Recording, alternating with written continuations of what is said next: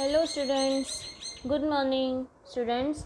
Last videos में आपने question number 6 तक देखा था। Today we will see from question number 7। So let's get start. Question number 7, answer the following questions. नीचे दिए गए क्वेश्चंस के हमें आंसर्स लिखने हैं। First question is, if there is a small baby in the house what type of changes will be seen. अगर घर में छोटा बच्चा है तो कैसे चेंजेस हो जाएंगे, कैसे चेंजेस हमें देखने मिलेंगे। So answer is the elders of the house will have the added responsibility of looking after the baby. जो घर के बड़े हैं उनकी जो रिस्पॉन्सिबिलिटीज़ है वो बढ़ जाएगी। बेबी को देखना होता है ना, looking after the baby. A cradle will have to be arranged for the baby to sleep and rest in and a proper place will have to be made in the house for the cradle. तो छोटे baby को सुलाने के लिए cradle arrange करना होगा। Cradle means कि झूला arrange करना होता है। तो झूला क्यों अरेंज करते हैं? टू बेबी स्लीप, मतलब को बेबी को सोने के लिए, उसके आराम करने के लिए हमें घर में एक प्रॉपर प्लेस बनानी होती है जहाँ पर हम झूले को रख सके। घर में हम क्रैडल को इजीली एक जगह पर रख सके, ऐसी जगह हमें मैनेज करनी होती है। Toys will have to be bought for the baby to play with, और हमें टॉयज़ भी लाने होते हैं बेबी को खेलने के लिए, जिसे बेबी आराम से खेल सके। तो ऐसे सारे चेंजेस छोटे बेबी के आने से घर में हमें देखने मिलते हैं। क्वेश्चन नंबर 2, किरण's younger sister has been born into the family what new work will her mother have to do now. अभी किरण के घर में, किरण की फैमिली में एक यंगर सिस्टर का बोर्न हुआ है किरण की। सो किरण की जो मम्मी है, what new work will her mother have to do now. अभी किरण की मम्मा है, जो मदर है, उन्हें क्या नए काम करने होंगे।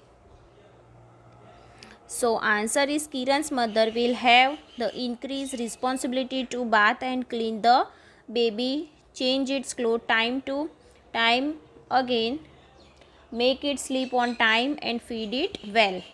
सो किरण की जो मदर है उसकी रिस्पॉन्सिबिलिटी अभी बढ़ जाती है, जैसे कि बेबी को नहलाना, उसे क्लीन करना, बेबी के कपड़े टाइम टू टाइम चेंज करना, फिर बेबी को टाइम टू टाइम सुलाना होता है, उसे मतलब कि उसे फीडिंग कराना होता है, मतलब कि बेबी को भूख लगती है तो उसे खाना भी देना होता है टाइम टू टाइम। सो ये सारी रिस्पॉन्सिबिलिटी किरण की मदर की है वो बढ़ जाती है। Thus, the new work Kiran's mother will do will be the taking care of the baby and its need.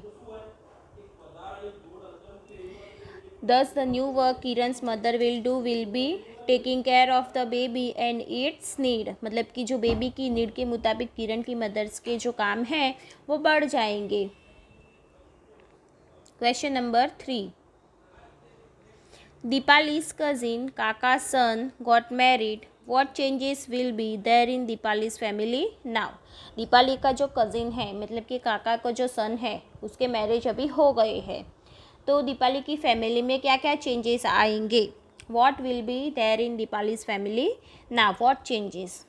So answer is, due to Dipali's cousin's marriage, a new member has been added to her household. मतलब कि दीपाली के घर में अभी एक नए member का आगमन हो गया है दीपाली के कज़िन के मैरिज की वजह से। Deepali has a new sister in law means भाभी। अभी दीपाली को एक नई भाभी मिल गई है। दीपाली's new sister in law will help in many of the household chores. मतलब कि दीपाली की जो भाभी है वो अभी बहुत सारे हाउस होल्ड काम में उन्हें मदद करेंगी। हाउस होल्ड चोर्स मीन्स कि घर के काम में उन्हें मदद करेंगी। दीपाली's आंट मीन्स कि काकी will get some relief from work. अभी दीपाली की जो काकी है उन्हें घर के कामों में थोड़ा सा आराम मिल जाएगा बिकॉज ऑफ दीपाली's भाभी। Question number 4, when daughter get married what changes will there in her family? अगर फैमिली में डॉटर के मैरिज हो जाते हैं तो फैमिली में क्या क्या चेंजेस आ जाते हैं? So answer is, all the people of her father's home missed her a lot. Father के घर के जितने भी पीपल है, जितने भी मेंबर्स है, वो सारे जो भी डॉटर के मैरिज हो गए हो उनको बहुत ही वो मिस करेंगे। A family members of the house hold becomes less, जो फैमिली में जितने मेम्बर्स थे तो उसमें क्या हो जाएगा, एक मेम्बर कम हो जाएगा। Due to that daughter going away her parents may feel lonely, तो डॉटर के मैरिज होने से वजह से क्या होगा, उनके पेरेंट्स होंगे, जो डॉटर के पेरेंट्स है वो क्या करेंगे, कैसा महसूस करेंगे, अकेलापन महसूस करेंगे, लोनली फील करेंगे। They will missed her for whatever work she use to do, और वो जो जो काम करती थी तो वो सारे कामों में वो उन्हें क्या करेंगे, मिस करेंगे, उन्हें याद करेंगे।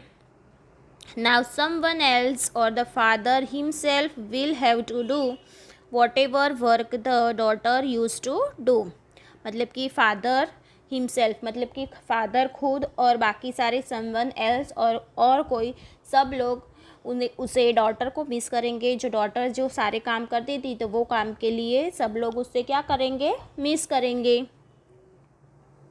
Question number 5, What special clothes do the bride and the bridegroom wear? Bride means दुल्हन और bridegroom means दूल्हा, तो वो कैसे स्पेशल क्लोथ्स पहनते हैं मैरिज के time. The bridegroom wears a sherwani, क्या पहनते हैं, दूल्हा जो दूल्हा होता है वो क्या पहनता है, शेरवानी और चूड़ीदार, पजामास एंड टर्बन और अ साफ़ा, मतलब कि टर्बन मीन्स की पगड़ी और साफ़ा। और he wears a coat, trouser, a tie and a turban और साफ़ा ऑन द हेड, और वो लोग क्या तो फिर कोट पहन सकते हैं, ट्राउज़र्स, टाई और टर्बन और साफ़ा ऑन द हेड, मतलब सर के ऊपर वो लोग टर्बन मीन्स की पगड़ी बांध सकते हैं।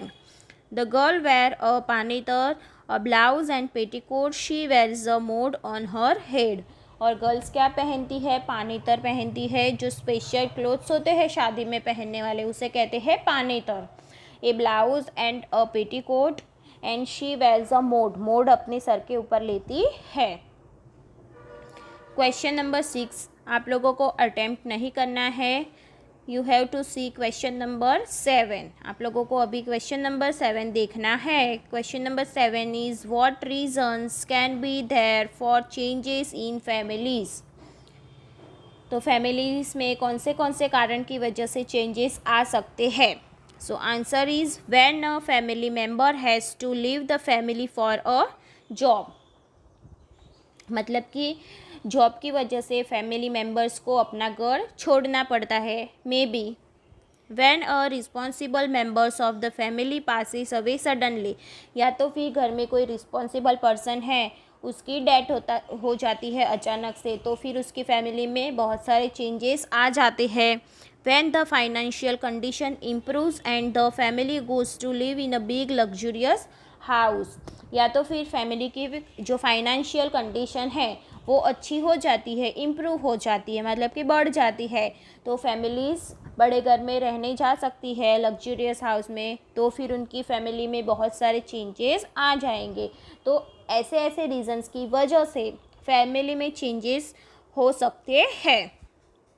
Question number 8, are there any such children in your neighbourhood who had to drop out of school, why, क्या आपकी फैमिली में मतलब कि आपके नेबरहुड में आजू बाजू में अड़ोस पड़ोस में कोई ऐसे चिल्ड्रन है जिसने बीच में ही स्कूल को छोड़ दिया है, मीन्स कि ड्रॉप आउट कर दिया है। So answer is yes, a boy name Gopal stay next to me in my neighbourhood आफ्टर his father that he had to work as a laborer to support his family, so he had to drop out of school in the middle of the year, मतलब कि yes हमारे अड़ोस पड़ोस में मतलब कि हमारे नेबरहुड में एक बॉय है जिसका नाम गोपाल है, उसने बीच में ही स्कूल छोड़ दी है। तो क्यों छोड़ दी है, because of his father's death, उसके फादर की डेथ हो गई थी, इस वजह से उसने स्कूल छोड़ दी और लेबर का काम करना स्टार्ट कर दिया। लेबरर मतलब कि मजदूरी का काम करना स्टार्ट किया। वो क्या बन गया था, फिर मजदूर बन गया था। क्यों, क्योंकि उसको उसकी फैमिली को सपोर्ट करना था। उसकी फैमिली को सपोर्ट करने वाला कोई नहीं होगा, तो उसको उसकी फैमिली को सपोर्ट करना था, इस वजह से उसने अपनी स्कूल बीच में ही छोड़ दी थी। So he had to drop out of school in the middle of the year. साल के बीच में ही उसने अपनी स्कूल छोड़ दी थी। In the same way, a girl named Asha had to drop out of school in the middle of the year to look after her baby brother because both her parents work as laborers. और हमारे बाजू में एक girl है जिसका नाम आशा है, उसने भी अपनी स्कूल बीच में ही छोड़ दी थी मिडल ऑफ द ईयर। क्यों? क्योंकि उसको उसका जो बेबी ब्रदर था, मतलब कि छोटा सा भाई था, उसकी देखभाल करनी थी। क्यों उसको उसके भाई की देखभाल करनी थी? बिकॉज बोथ हर पेरेंट्स, मतलब कि उसके जो पेरेंट्स थे मीन्स कि उसकी माता और पिता दोनों क्या काम करते थे? वर्क एज लेबरर, मतलब कि मजदूर का काम करते थे। तो घर पे उसके भाई को देखने वाला कोई नहीं था, इस वजह से उसने अपनी स्कूल बीच में ही छोड़ दी थी। Question number 8, differentiate between. हमें क्या करना है? यहाँ दोनों को अलग करना है कि दोनों अलग कैसे है। Joint family and nuclear family, how it is different from each other. So first point is the family in which grandparents, काका काकी, brother sister and cousins live together is known as a joint family. तो joint family किसे कहते हैं? जिसमें grand parents होते हैं, काका काकी होते हैं, ब्रदर सिस्टर्स होते हैं, हमारे कज़िन्स होते हैं, मीन्स कि कज़िन्स ब्रदर और सिस्टर्स होते हैं, ये सब लोग साथ में रहते हैं। तो ऐसी फैमिली को क्या कहेंगे? जॉइंट फैमिली कहेंगे। Then nuclear family, the family in which there are parents and 1 or 2 children is known as a nuclear family. जो फैमिली में पेरेंट्स होते हैं, उनका एक बच्चा या तो फिर उनके 2 बच्चे, वो लोग साथ में रहते हैं, तो ऐसी फैमिली को क्या कहेंगे? Nuclear family. जिसमें खुद की ही फैमिली होती है, there is no grandparents और there is no cousins, there is no kaka kaki, uncle ants, कुछ कोई नहीं होता है, सिर्फ खुद की फैमिली होती है। तो ऐसी फैमिली में क्या कहते हैं?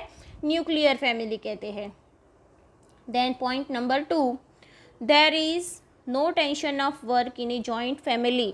काम का कोई टेंशन नहीं होता है जॉइंट फैमिली में, क्योंकि सब लोग मिल बांट कर अपना काम करते हैं। Then number 2, workload and tension increase in a nuclear family. और न्यूक्लियर फैमिली में क्या होता है? खुद को ही सारा काम करना होता है, तो बहुत सारा वर्क का लोड होता है और टेंशन्स भी इंक्रीजेस हो जाते हैं इन ए न्यूक्लियर फैमिली में, क्योंकि और कोई दूसरा काम करने वाला नहीं होता है। इस वजह से क्या होता है? सारा वर्कलोड और टेंशन क्या हो जाता है? बढ़ जाता है। So workload and tension increase in a nuclear family. So students, हमारा चैप्टर नंबर 9 चेंजिंग फैमिलीज़ यहाँ पर ख़त्म होता है। तो आप लोगों को वर्कबुक में, टेक्स्ट बुक में और हार्डवर्ड्स सब कुछ अच्छी राइटिंग से लिखना है और उसे लर्न भी करना है। Thank you students.